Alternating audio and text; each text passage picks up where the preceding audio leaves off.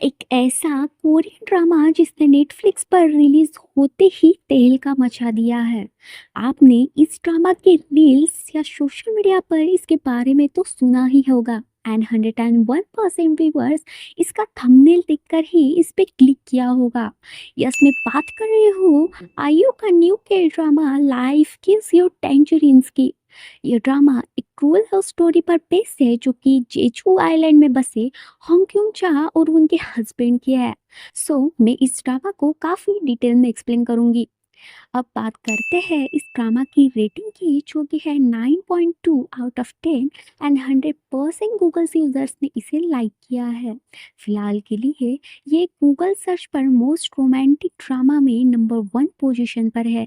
And rotten tomatoes पर इसे 100% fresh बताया गया है।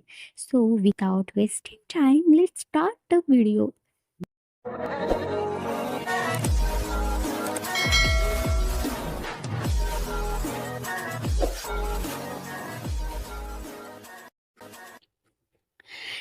ड्रामा की स्टार्टिंग में हम 70 साल की बूढ़ी औरत को देखते हैं जो कि समंदर के पास खड़ी हुए अपनी माँ को जोरों जोरों से आवाज लगा रही होती है कि तभी हम समय से पीछे जाते हैं जहाँ से ये कहानी शुरू हुई थी इन 1960, जहाँ हम एक छोटी लड़की को सेम इसी तरह समंदर के पास खड़ी होते हुए अपनी माँ को जोरों जोरों से आवाज लगाते हुए सुनते हैं, जिसका नाम यहाँ ओ एसुन बताया जाता है जो कि 10 साल की है। और उसके पीछे एक गोलू मोलू सा लड़का खड़ा हुआ दिखता है जिसका नाम यहाँ क्वांशिक बताया गया है। क्वांशिक एक अमीर घराने से या एवरेज घराने से बिलोंग करता था क्योंकि उसकी फैमिली फिश यानी मछलियाँ बेचने का काम करती थी। और बात रही एसुन की तो वो काफी प्योर फैमिली को बिलोंग करती थी। हालांकि ऐसुन के माँ के 2 पति थे जिसमें से ऐसुन उसके पहले पति की बेटी थी जो कि काफी अच्छे घराने को बिलोंग करते थे। लेकिन ऐसुन की पहले पति की डेथ होने के बाद उसकी माँ ने दूसरी शादी कर ली थी और उसके दूसरा पति कोई काम धंधे नहीं करता था। इस वजह से उसकी माँ को उसके बाकी के बच्चों को पालने के लिए गोताखोरी करनी पड़ती थी जो कि ऐसुन को बिल्कुल भी पसंद नहीं थी। एक्चुअली गोताखोरी यानी वो लोग होते हैं जो कि अपनी जान की परवाह किए बिना पानी में जाते हैं सिपिया ढूंढने के लिए या कोई ऐसी चीज ढूंढने के लिए जो कि बेची जा सके या खाई जा सके। गोताखोर को अक्सर गहरे पानी में काफी देर तक सांसें रोकनी पड़ती है जिससे उन्हें सांस लेने की भी तकलीफ हो सकती है या उससे रिलेटेड बीमारियां हो सकती है।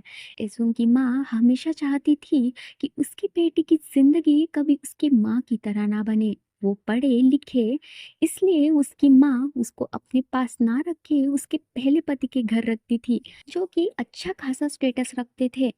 लेकिन ऐसुन हमेशा अपनी माँ के साथ रहना चाहती थी, उसकी मदद करना चाहती थी ताकि उसको आगे कभी गोताखोरी जैसे काम ना करना पड़े।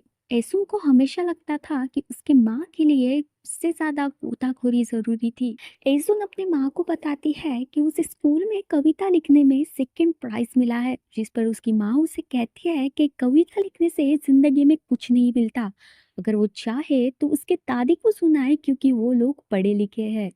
ऐसुन उस पर बताती है कि दादी मुझे कभी अच्छा बिहेव नहीं करती, वो हमेशा कहती है कि तुम अपनी माँ पर गई हो, और चाचा उनके बेटे से तो मैं हर एक चीज में आगे हूँ, मैं तो स्कूल में टॉप करती हूँ जबकि वो सबसे आखिर में होता है, फिर भी चाचा मुझे कभी खाना नहीं देते, खाने के लिए फूटी मछली का कांटा तक नहीं देते।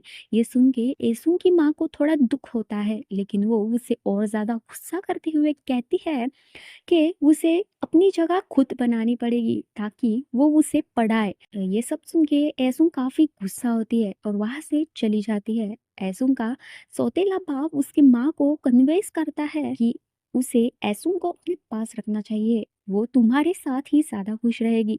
लेकिन उसकी माँ गुस्सा करती है और उसे कहती है कि तुम्हें तो बस अपने बच्चे संभालने के लिए एक नौकरानी चाहिए बस, लेकिन ऐसुम कभी गोताखोरी नहीं करेगी। ऐसा कहते ही वो ऐसुम की लिखी हुई कविता पढ़ती है जिसे पढ़कर ऐसुम की माँ की आंखों में आंसू आ जाता है। यहाँ सीन चेंज होता है जहाँ हम ग्वांशिक को देखते हैं जो कि उसके चाचा को फ्री मछलियाँ लेने के लिए कन्विंस कर रहा होता है, जहाँ उसके चाचा उससे कहते हैं कि क्या उसने अपने माँ को बताया है? जिस पर गुआंशिक कहता है कि तुम्हारे घर 6 लोग रहते हैं, लेकिन तुम हमेशा 5 मछलियाँ ले जाते हो, जिस पर उसके चाचा उस पर गुस्सा करता है। हमें यहाँ डायरेक्टली पता चलता है कि गुआंशिक बचपन से ही ऐसुम की कितनी परवाह करता था, लेकिन ऐसुम को वो बस एक फट्टू सा लड़का लगता था जिसके गाल हमेशा लाल होते थे, जैसे कि किसी ने उसके गालों पे तमाचे मारे हो।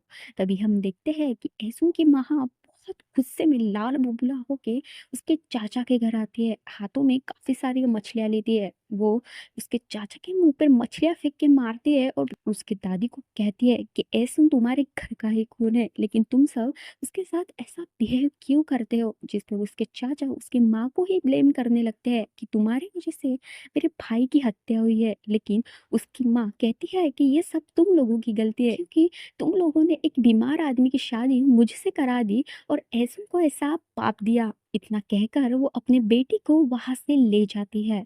यह सब ऐसुम की उस कविता की वजह से हुआ था। ऐसुम जो कि अपने माँ के लिए एक कविता लिखती है। ऐसुम की माँ की जिंदगी बचपन से ही काफी तकलीफों से गुजरी थी।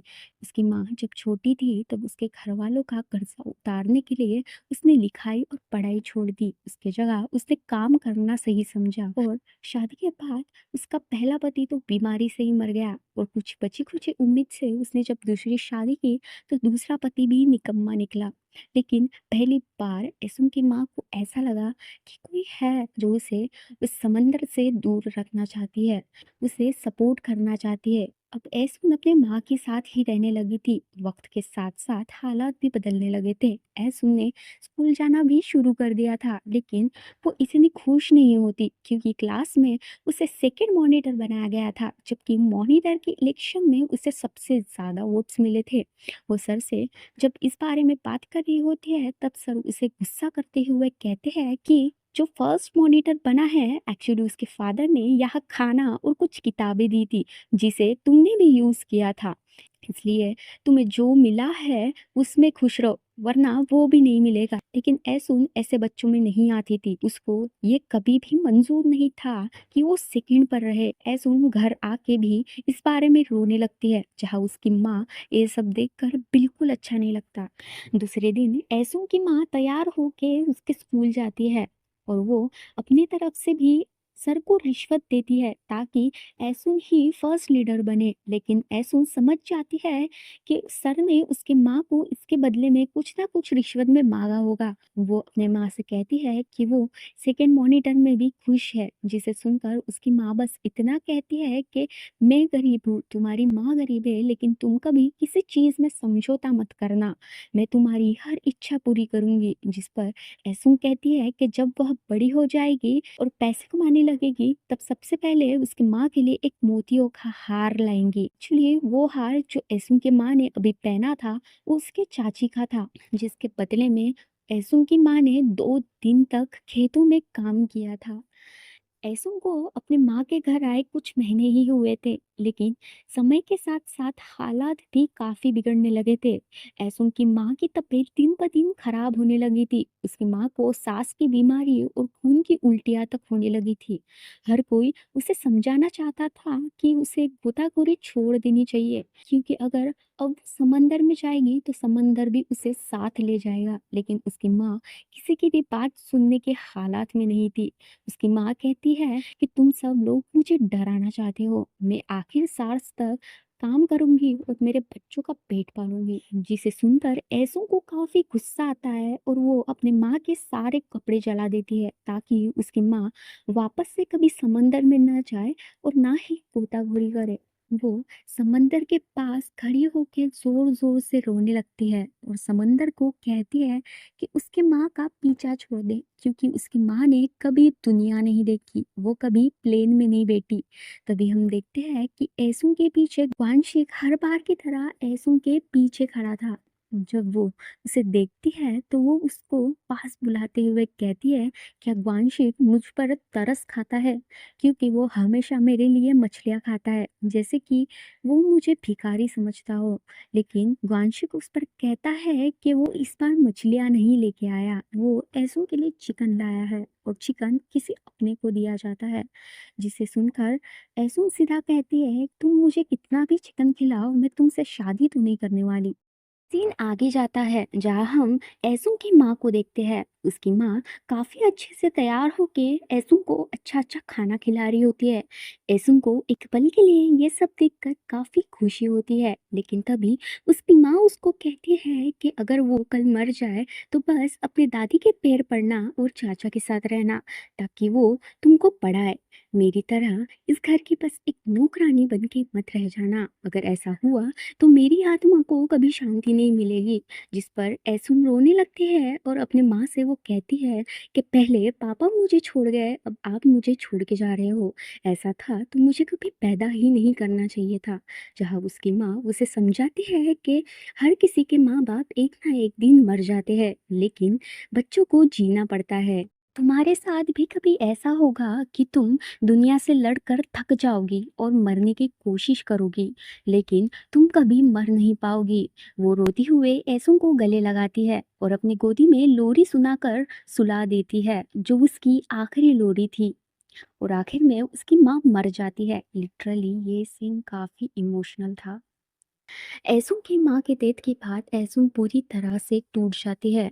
वो कहती है कि इस दुनिया में मेरी माँ के सिवा मेरा कोई नहीं था, और वो काफ़ी रोने लगती है। ग्वानशिक भी उसे देखकर खुद को रोक नहीं पाता और वो भी रोने लगता है। लेकिन समय के साथ साथ सब ठीक होने लगता है। यहाँ से कहानी थोड़ी फास्ट मूव होती है, जहाँ ऐसुन अपने स्टेप फादर के साथ ही रहने लगी थी। उसके स्टेप फादर उसे हमेशा ये कहकर कन्विंस करता था कि अगर वो उसके चाचा के घर गई तो उसके चाचा उसे हमेशा नौकर की तरह ट्रीट करेंगे।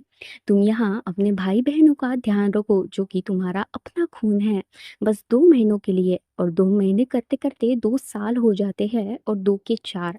ऐसुन उसके सौतेले भाई बहनों को संभालते संभालते अपने पापा का घर और उसकी खेती में भी मदद करने लगी थी, जहाँ ग्वानशिक भी उसकी हमेशा मदद करता था। लेकिन जैसे जैसे टाइम जाने लगा, उसको उसकी माँ की वो बातें याद आने लगी जो कि उसने मरने से पहले कही थी, कि कभी इस घर की नौकरानी बन के मत रह जाना। लेकिन ऐसों का बाप उसको हमेशा यह बोलकर रोक देता था कि वो पैसे जमा करेगा और ऐसों की पूरी पढ़ाई का खर्चा करेगा। और कभी ये कहता था कि वो ऐसों को उसके पसंदीदा कॉलेज में एडमिशन दिला देगा, और ऐसुम भी ये सुनकर मान जाती थी। ऐसुम का बाप उसे हर एक बहाने से रोक लेता था। ऐसुम भी अभी बड़े होने लगी थी। वो कामों में होते हुए भी अपनी पढ़ाई पर हमेशा ध्यान देने की कोशिश करती थी, और वांशिक भी उसे हमेशा सपोर्ट करता था और उसे पढ़ाई के वक्त कोई परेशानी ना हो इसका ध्यान रखता था। जहाँ ऐसुम भी पढ़ाई में ही ध्यान देती थी, वांशिक हमेशा उसकी पत्ता गोभी बेचने में मदद करता था और पूरे गांव को वांशिक का प्यार दिखता था और लोग उनके साथ में फिरकियां भी लेने लगते थे। तभी हम वांशिक की दादी को देखते हैं, जो कि ऐसुम के पास गुस्से में भाग कर आ रही होती है, और दादी अम्मा को देखकर ऐसुम भी वहां से भाग जाती है। जहाँ उसकी दादी वांशिक की माँ को ही डांटने लगती है कि मैंने तुझे इन दोनों पर नजर रखने के लिए कहा था। जिस पर ऐसुम कहती है कि मुझे तुम्हारा पोता पसंद नहीं है, बस यही मेरे पीछे पड़ा रहता है। तभी हम लास्ट में कुछ अलग ही देखते हैं, जहाँ ऐसा कहने वाली ऐसुन ही ग्वानशिक के साथ घर छोड़कर भाग रही होती है, और ये एपिसोड यही खत्म हो जाता है। और अगर आपको मेरी एक्सप्लेनेशन वीडियो अच्छी लगी हो तो प्लीज़ लाइक कर देना और चैनल को सब्सक्राइब कर देना। Bye bye.